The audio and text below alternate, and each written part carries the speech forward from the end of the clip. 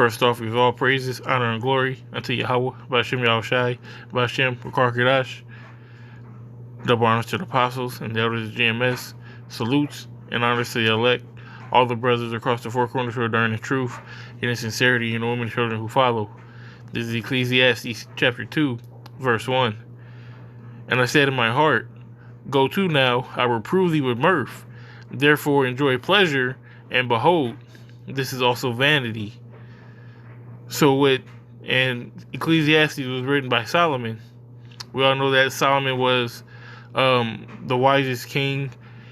He sought wisdom instead of riches, and that's what he received. He received both, wisdom and riches. So he had the ability to seek out, what is good for man. And he outlines it in this chapter. So that's why this is one of my favorite chapters in this book. But he says, he approved thee with mirth. It says, therefore enjoy pleasure, and behold, this is all vanity. So we're going to get this word mirth right here real quick.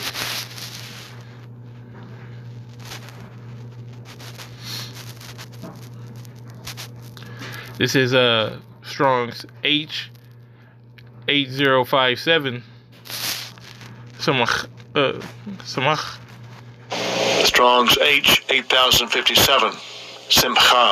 Simcha. Okay. It says joy, mirth, gladness, glad result, happy issue.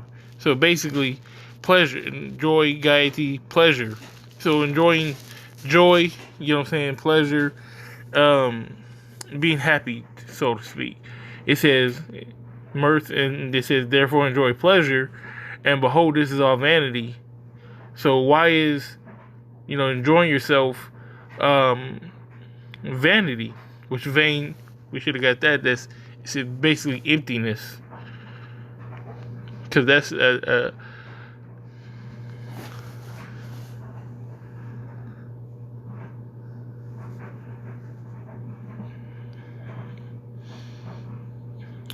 me see. Empty. It's a Strong's definition: emptiness or vanity, figuratively, something transitory and unsatisfactory. Okay, altogether vain and vanity. So it's empty. It has no substance. It doesn't. There's no. It doesn't hold cold water, as the old saying goes. And why is that? Because we know what the end is going to come. We know what really matters in this truth, and it's not making yourself happy to the end, or don't get it twisted. When I'm breaking these scriptures down, and I say that doesn't mean when I say I'm not telling you not to make yourself happy, or not to laugh, or because we do need these things. It's indulging in these things, being all for pleasure, being all for making yourself happy. It's pointless. It's empty. So I got a precept. I got a couple screenshots we're gonna go to for this. This is 2 Peter chapter 2, and verse 10. It says, "But the day of the Lord will come as a thief in the night, in the which the heavens shall pass away with a great noise, and the elements shall melt with fervent heat. The earth also, and the works that are therein shall be burnt up." Now, if the works are going to be burnt up, and the earth is going to be burnt up, all that happiness means nothing. Because at the end of the day, this is what we're all going to have to face. So while you sitting here worried about seeking those pleasures, you're not going to be seeking the things of the Most High. That's what I'm saying. Not saying that to never, enjoy yourself or have a good moment, but it's where your mindset should be. Verse 11, "Seeing then that all these things shall be dissolved, what manner of persons ought ye to be in holy conversation and godliness?" Should you be a man that's out here seeking pleasure? Seeking, just soul happiness in this life, in this world? We were brought here for slavery, to serve slavery, and to come back to our heritage. We didn't come here to enjoy pleasures or sin for a season, as the as the scriptures say. We should be men of holy conversation and godliness. It says, looking for and hastening to the coming of the day of the Most High, wherein the heavens being on fire shall be dissolved, and the elements shall melt with fervent heat. That's what we should be doing. Like it says, looking for, hastening the day, waiting for the coming of Yahweh B'Shem Yahushai to deliver us out of this hell that we're facing. That's the main goal. It says, verse 2, I said of laughter, is it mad? It is mad, and of mirth, what doeth it? And I'll go back to that point. It's not saying that you shouldn't have a good laugh, but that's not your sole purpose here. And no, don't want to go that far. Slakia. This is Sirach 21 and 20. It says, a fool lifteth up his voice with laughter, but a wise man doeth scarce smile a little. Because he's serious. He knows that there's a time and season for everything. Everything's not a joke to him. It's no problem with joking around every now and then, because it says that he doeth scarce smile a little. So he does smile, but in the proper times. Everything's not a joke. He's not running around, taking everything for fun and games. Because it's going to become a point in time where games are done. You got to be on point. If you're in that jovial spirit in that time, everything's a game and a joke to you. You know what I'm saying? You're going to get, Jacob's trouble going to defeat you. Okay, so verse 3 says, I sought in my heart to give myself unto wine, yet acquainting my heart with wisdom, and to lay hold on folly, till I might see what was good for the sons of men, which they should do under the heavens all the days of their life. So when I read this, it brought me to First Ezra's, the 3rd chapter. And this is a long read, but we're going to get it in. So it says that I sought in my heart to give myself unto wine, yet acquainting my heart with wisdom, and to lay hold on folly, till I might see what is the good for the sons of man. So is wine good for you? Is wisdom good for you? Is folly good for you? How should a man operate? Okay, so this is First Ezra, the 3rd chapter. I'll start at verse 1. It says, now when Darius reigned, he made a great feast unto all his subjects, and to all his household, unto the princes of Media and Persia, and to all the governors and captains of the lieutenants that were under him, from India to Ethiopia, of 127 provinces. And when they had eaten and drunken, and being satisfied were gone home, then Darius the king went to his bedchamber and slept, and soon after awake. Then 3 young men that were of the guard that keep the king's body spake one to another, let every one of us speak a sentence that he shall overcome, and whose sentence shall seem wiser than the others. It says, unto him shall the king Darius give great gifts and great things in token of victory. So I'm going to skip down. So we're going to go to verse 9. And it said that when the king is risen, some will give him the writings, and those side the king and the 3 princes of Persia shall judge that his sentence is the wisest. To him should be the victory given as it was appointed. And the first wrote, wine is the strongest. So they're trying to figure out what's the strongest in the kingdom. Okay, it says wine is the strongest. The second wrote, the king is the strongest. The third wrote, women are the strongest. But above all things, truth beareth away the victory. Now the king was risen up.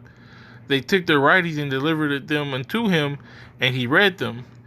And in sending forth, he called all the princes of Persia and Media, and the governors, and the captains, and the lieutenants, and the chief officers. and sat down in the royal seat of judgment, and the writings were read before them. And he said, Call the young men, and they shall declare their own sentences. So they were called and came in. And he said unto them, Declare unto us your mind, declare unto us your mind concerning the writings. Then began the first, who spoken of the strength of wine.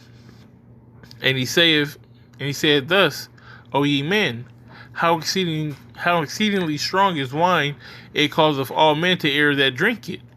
So what he's saying is all men are influenced when they drink wine, which is true. You know, when you drink, you get a little buzz going, and now almost your truer self comes to the head. What they say, in vito veritas, you know, and wine is truth. It says it maketh the mind of the king and the fatherless child to all be one, of the bondman and the freeman and the poor man and of the rich. So it doesn't matter who you are or what status you are. If you get to drinking, you know, you gonna all be on the same level. You're all gonna pretty much do the same thing. It turneth also every thought into joyalty and mirth, so that the man remembereth neither sorrow nor debt. And which is true as well, because when you are going through something and you drink a little, you know, you kind of forget your problems. But when you sober up, they're still there. And maketh every heart so that a man remembereth neither the king nor neither the governor, and it maketh to speak all things by talents. And when they are in their cups, they forgot their love both to friends and brethren, and little after draw swords. But when they are from wine, they remember not what they have done. O ye men, is not wine the strongest that enforces us to do thus?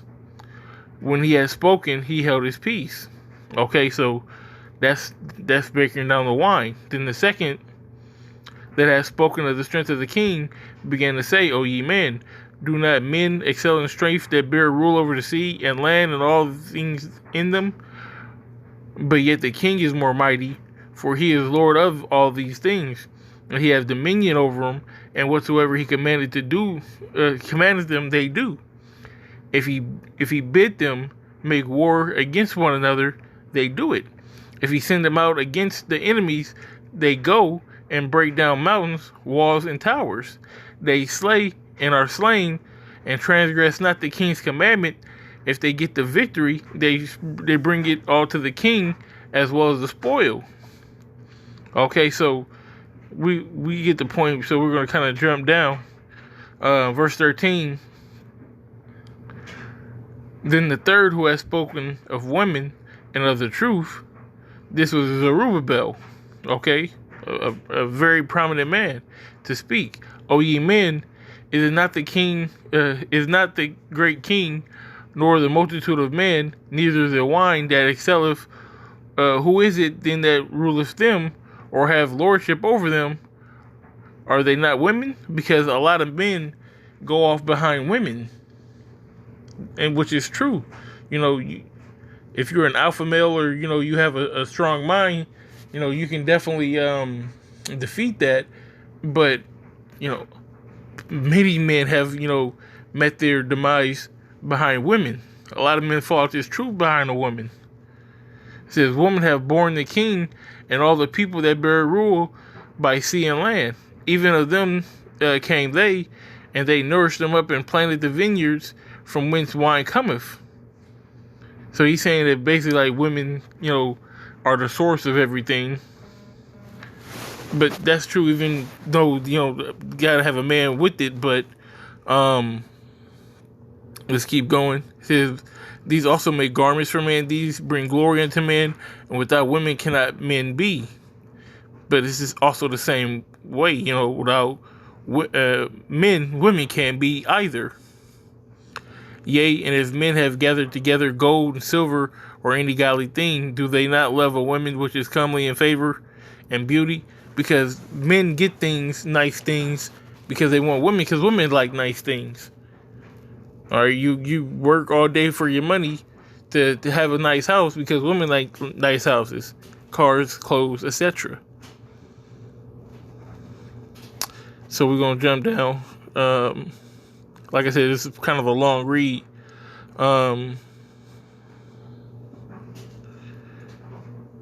Because we're gonna get to what it's all about, really.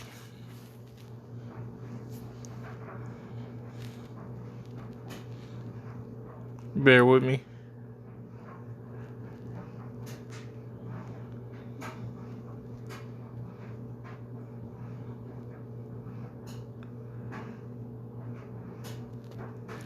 Okay, so let's see. We started at 35. It says, "Is he not great that maketh all these things? Therefore, great is truth." And hold up.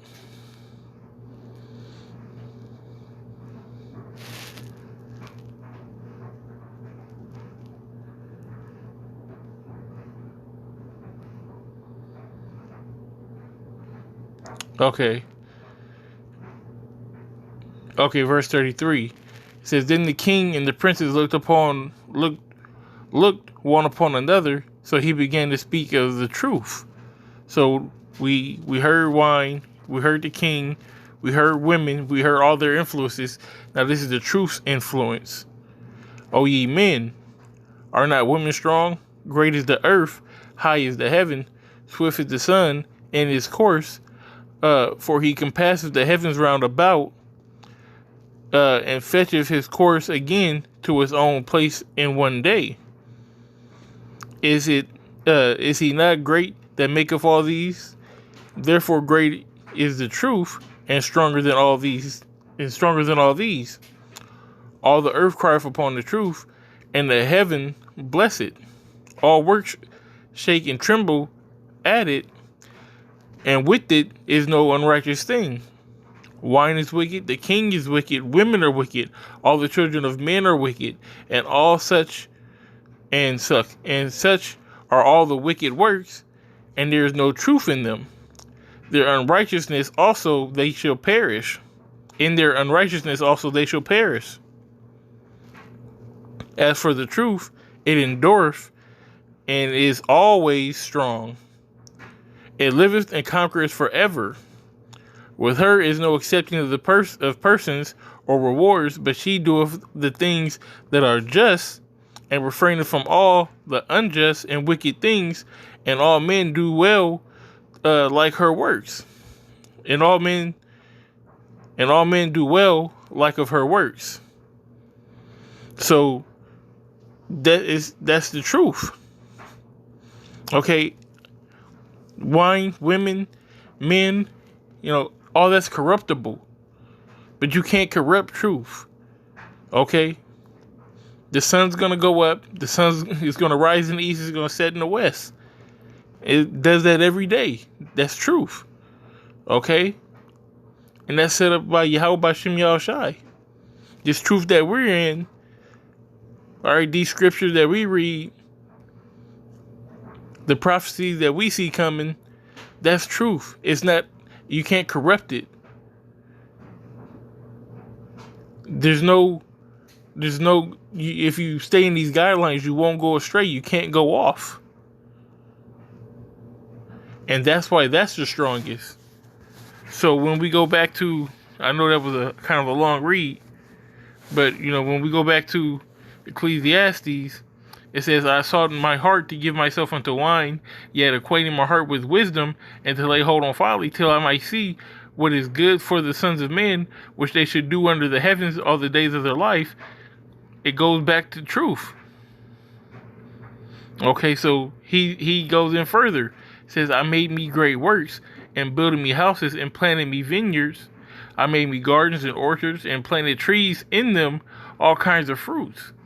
So, as you can see, he's living a desirable lifestyle.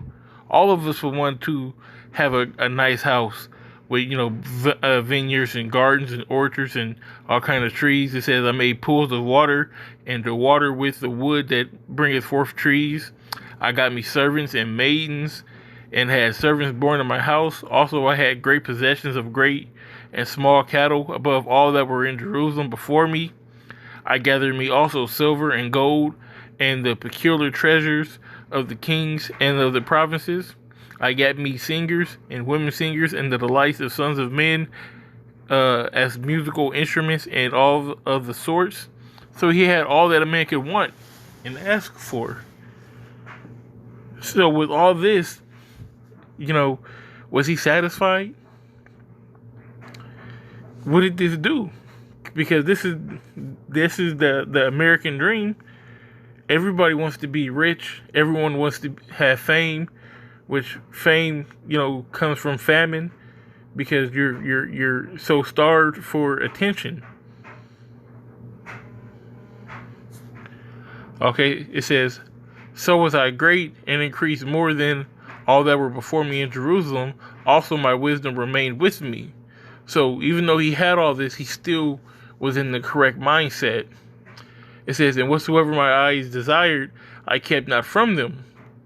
I withheld not my heart from any joy, for my heart rejoiced in all my labor, and this was my portion of all my labor. So, like I said, he had more than anyone. Anything that he wanted, he got. He said that he withheld not his heart from any joy. So if he wanted it, he got it. I want to go play basketball today. I'll go play basketball. Well, let's take a trip. I took a trip. For today's terms, we know it wasn't basketball back then, but anything his heart desired. Well, then I want to chill out with, one woman a day, every day. So, every day you chill out with a different woman. And he had enough women to do that. So, let's see how he breaks down his life. Verse 11. Then I looked on all the works that my hands had wrought, and on the labor that I had labored to do, and behold, all was vanity and vexation of spirit, and there was no profit under the sun. Going back to the first point that I made with the first precept I pulled, with everything's going to be melted, all the elements are going to be melted with fervent heat. So at the end of the day, all that's going to be burnt up. He said it's all vanity and vexation of spirit, because women get on your nerves. You got to deal with people. You got to deal with situations. You got to deal with all of this, in one way or another. It's either empty or it's going to stress you out. At the end of the day, you could have, who cares that you got, 20 women, bro? It's just vain. How is you having 20 women going to get you in the kingdom? How is you, being able to get up at any moment, and take a trip, going to get you into the kingdom? That's why he's saying that it's vain and vexation of spirit, because he knows, coming from, if he was looking outside of himself, within himself, or he was looking at another man that had what he had, and he judged him spiritually, he like, bro, you just empty. You ain't got no substance. Yeah, you got everything that a man could want, but if you ain't got Yahweh Bashim Yashai, you ain't got nothing. Because at the end of the day, all that's going to be melted, like I said. Verse 12, it says, and I turned myself to behold wisdom and madness and folly. For what can the man do that cometh after the king? Even that which had been, even that which has already been done. Let me read that one more time. And I turned myself to behold wisdom and madness and folly. For what can the man do that cometh after the king? Even that which had already been done. That which been already done. So basically, like, I lived my life, and who's gonna pick up the pieces after me? So we gonna hop back over to nope.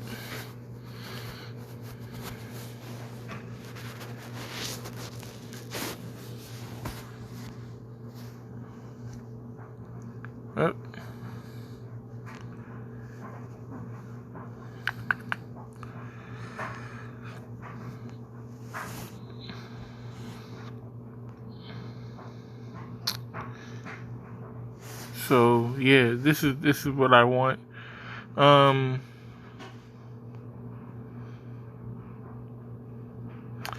I turn myself to behold wisdom and madness and folly. For what can the man do that cometh after the king? Even that which had been already done. So you coming after me, what can you do that I ain't already do? And it really lays it out here in ironically the wisdom of Solomon. He answers pretty much this question. And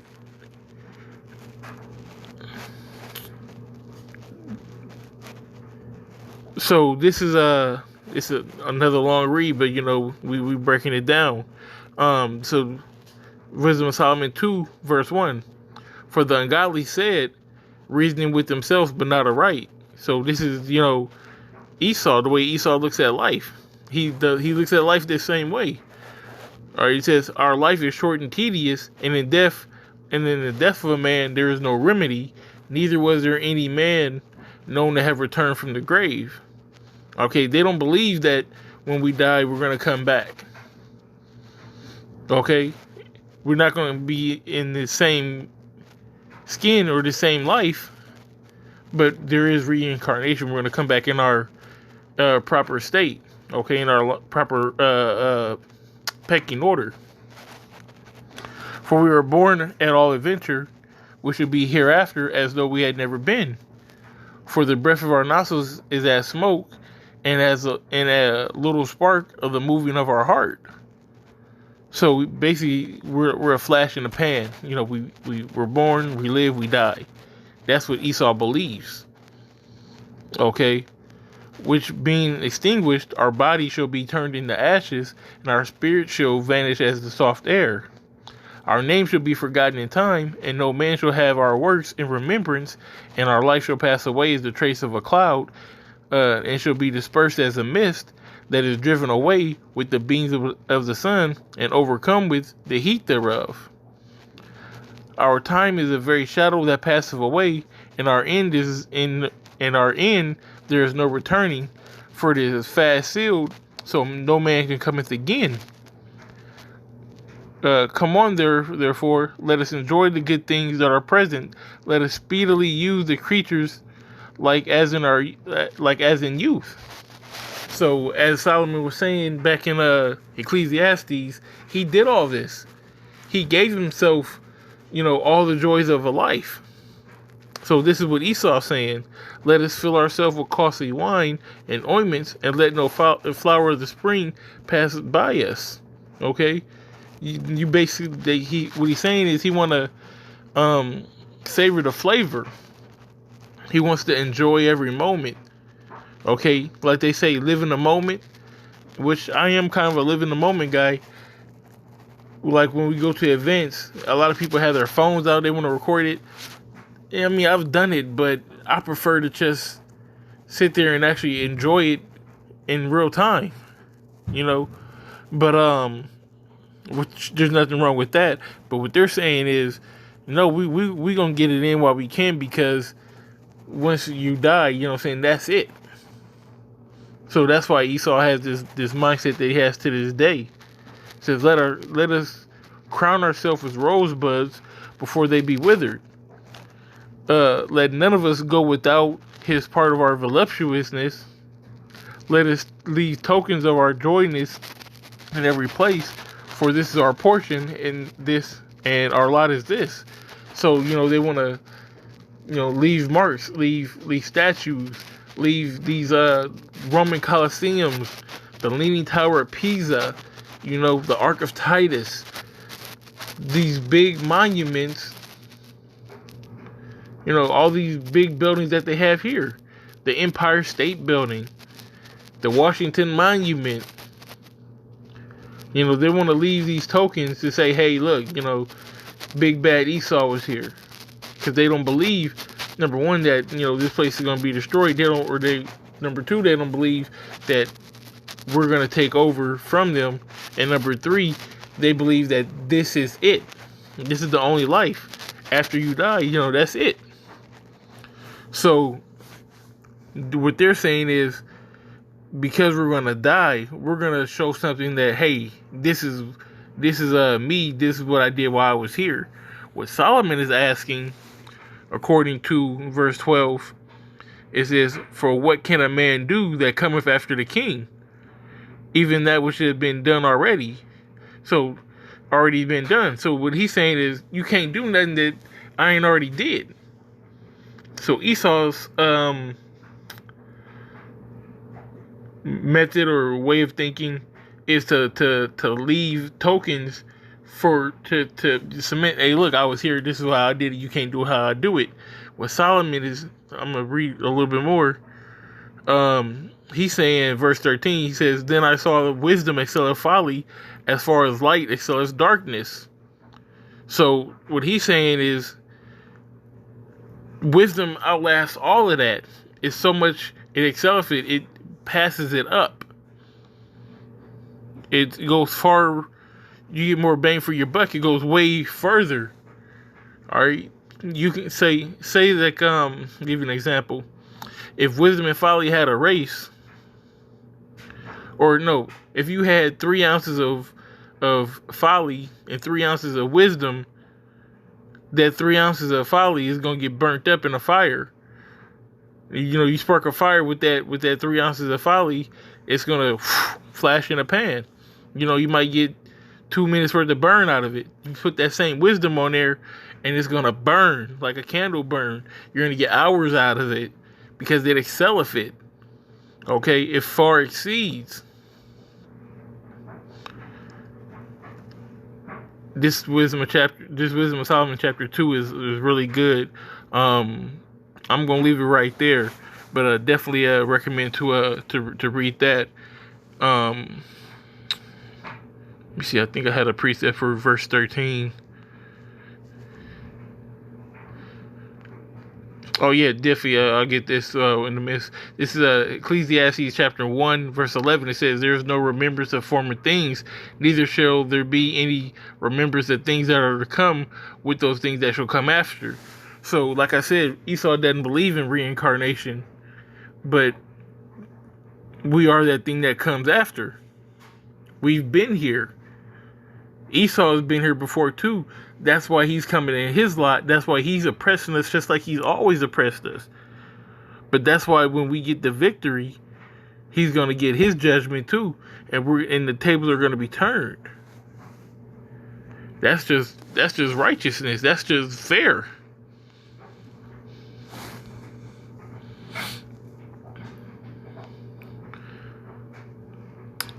And, matter of fact, it says it right here too, but I kind of jumped the gun. Verse 14, it says, "The wise man's eyes are in his head, but the fool worketh in darkness. And I myself perceived also that one event happeneth to them all." So basically, I read it again. "The wise man's eyes are in his head, but the fool walketh in darkness. And I myself perceive also that one event happened to them all." All right, we're all gonna die. So you're gonna be that wise man who eyes are in his head. You see what's going on. You perceive. All right, Scopeo, you're watching out for everything. But like a fool walketh in the darkness, you might as well. you might bump your head. You might crash into something. There's no accountability. You don't know. You're just taking a shot in the dark. You're walking in darkness. "Then said I in my heart, as it happened to a fool, so it happeneth even to me. And why was I then more wise? Then I said in my heart, this is also vanity." So he said, basically, if it'll happen to a fool, then it can happen to me too. If I can die, and a fool dies, what makes us different? What's the separation of the two? So, give me a second.